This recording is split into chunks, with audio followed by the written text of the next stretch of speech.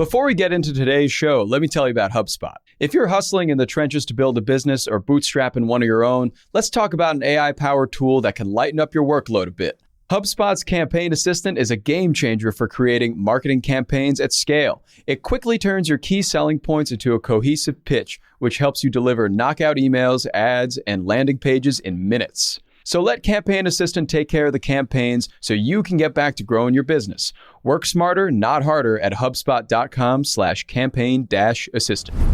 Howdy, folks. It is Tuesday, September 20th. I'm Jacob Cohen here with Rob Litterst, and this is the Hustle Daily Show.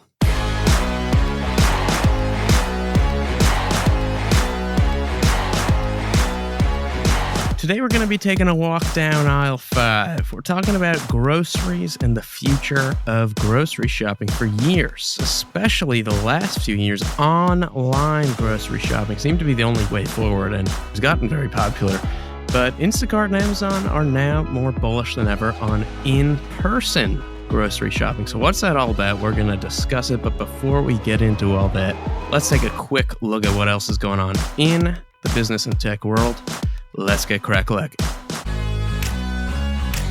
All right, first things first. An unauthorized party claiming to be the same 18-year-old who just hacked Uber the other day reportedly hacked and leaked gameplay footage and source code from GTA 6, Grand Theft Auto 6, which isn't expected to be released until 2025. Humongous headache here. A leak of this scale is apparently so rare that a lot of times when something like this happens, people just cast doubt on the authenticity of it. And it can also cause a lot of trouble, especially in the marketing departments of game development companies, if the game isn't complete yet or it's not showing features that they necessarily were promising. But Rockstar Games confirmed the leak on Monday, and people close to the story said it doesn't represent what the game will look like in its final form. So we'll see how this plays out. Moving along, the FAA rejected a proposal that would cut the number of required hours to become a co-pilot in half. Republic Airways proposed to regulators in April that pilots be allowed to fly commercial passenger flights after 750 hours of flight time. The rejection comes amid a massive pilot shortage that has led some airlines to cut routes, and consulting firm Oliver Wyman estimates the industry is facing a deficit of about 8,000 pilots and could reach about 30,000 pilots by 2025. So not good. Hilton will design astronaut suites on Starlab, a private space station being developed by Voyager Space Holdings and Lockheed Martin. The companies aim to have the first Starlab operational in low Earth orbit as early as 2027. We'll see if Hilton belongs in space or should stay down in the beach, Excited to see what that hotel lobby looks like. All right, and lastly, McDonald's will reopen 3 locations in Kyiv this week with increased safety protocols. The company closed all 109 Ukrainian locations after Russia's invasion there. I'm sure they will turn this into some kind of commercial for the Super Bowl, Big Macs saving the day in a war zone or something. I don't know. All right, and Rob, you wrote about some interesting data on closed captioning, right? I was very surprised by this data. So if you think about audio transcription tools, they kind of break down into 2 purposes. So there are subtitles, which help viewers understand audio that's spoken in a different language that they don't understand. And there's closed captions, which help people that have hearing loss understand what's happening on the screen.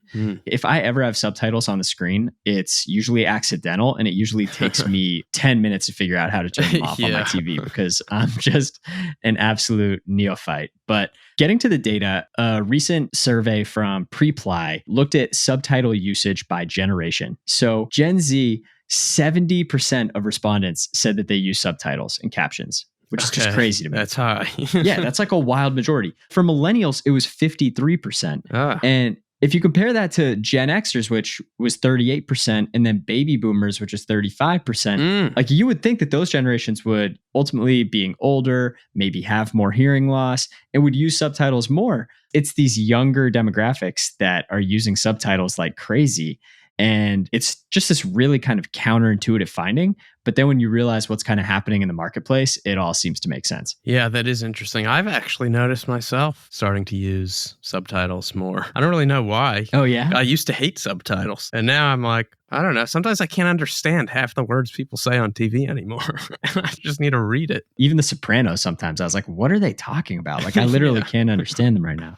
If you look at this trend, like many things that we talk about on here, like that's impacting culture, it can be traced back to Netflix and TikTok. Even more deeply, I think it can be traced back to AI. So ultimately, back in the day, to do a video transcription service, people had to do it manually. But with AI tools, that's just completely automatic now. Much easier. Yeah. And now that it's so easy, like Netflix has made this big effort since 2017 to make their captions more entertaining. And they found that the number of people that are using captions since 2017 has doubled. Wow. TikTok creators have embraced captions as this new kind of medium for creativity where you can be really funny, where you can embrace your personality, and also as a way to increase accessibility of their videos. Obviously, one of the original use cases. A lot of TikToks have captions automatically turned on, and I listen to them with sound too. I'm not just reading the captions as the only way of understanding what's being said. And I think it's just a better way to absorb information. You're absorbing it in two ways now, and it's in some ways more entertaining. Words flying on the screen. It's like a much simpler version of Amazon's Whisper Sync. Whisper Sync is when you read a book on your Kindle and you simultaneously listen to the Audible book. So like you listen to and read the book at the same time, and it's supposed to like really improve comprehension. Oh, that's really weird. Yeah, I can't imagine doing this. Like I think it would totally up my reading. Like I don't even think I'd be able to understand anything. The big perk, though, of this is people can watch videos in public without pissing other people off. Like when I used to take the train and the bus into work and people would be watching videos on their phone and I could hear it out of earshot, it would drive me crazy. Yeah. So if that means that that's going to happen less, then I'm all for captions. Keep them going. Exactly. All right, JC. And you did a little bit of digging on a topic that's near and dear to both of our hearts. Groceries. Yeah, so let me ask you this. If you were walking on the street and someone asked you what Instacart is in 2 seconds, like what would you say to them? Grocery delivery. Exactly what I wanted you to say.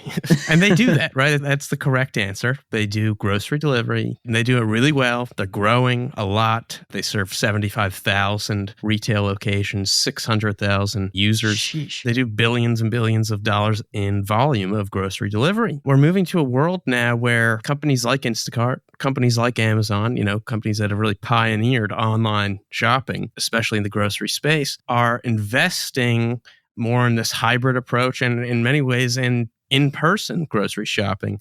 The headline here is that the company announced something called Connected Stores, very tech buzzword name for something. Love it.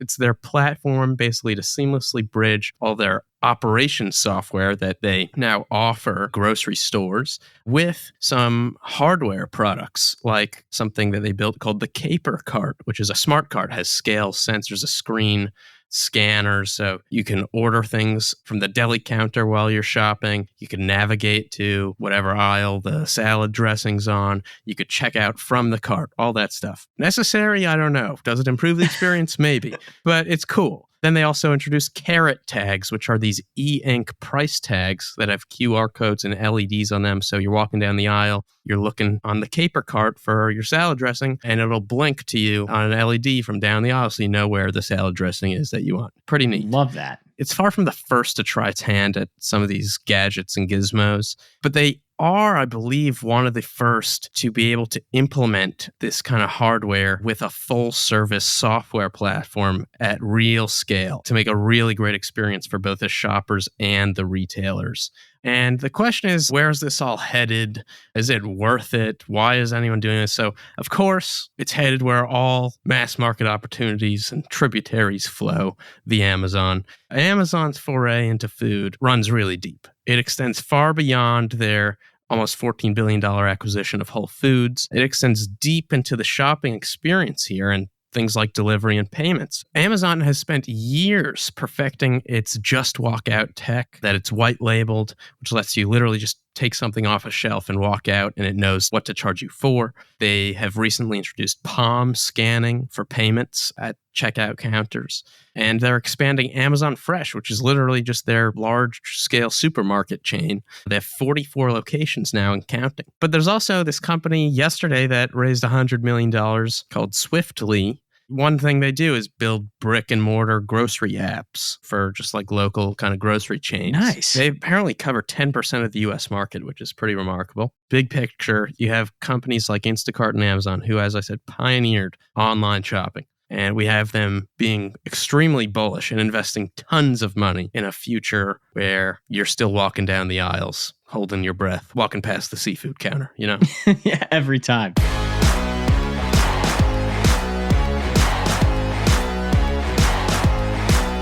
And bada bing, bada boom, that's going to do it for us today, folks. Thanks for tuning in to the Hustle Daily Show. We're a proud part of the HubSpot Podcast Network. Our editor today is Robert Artwig. Our executive producer is Darren Clark. I'm Jacob Cohen here with Rob Litterst. We've got a lot more tech and business coverage in our newsletter. If you're not subscribed, go get yourself subscribed at thehustle.co. Have a terrific Tuesday, and we'll see you tomorrow.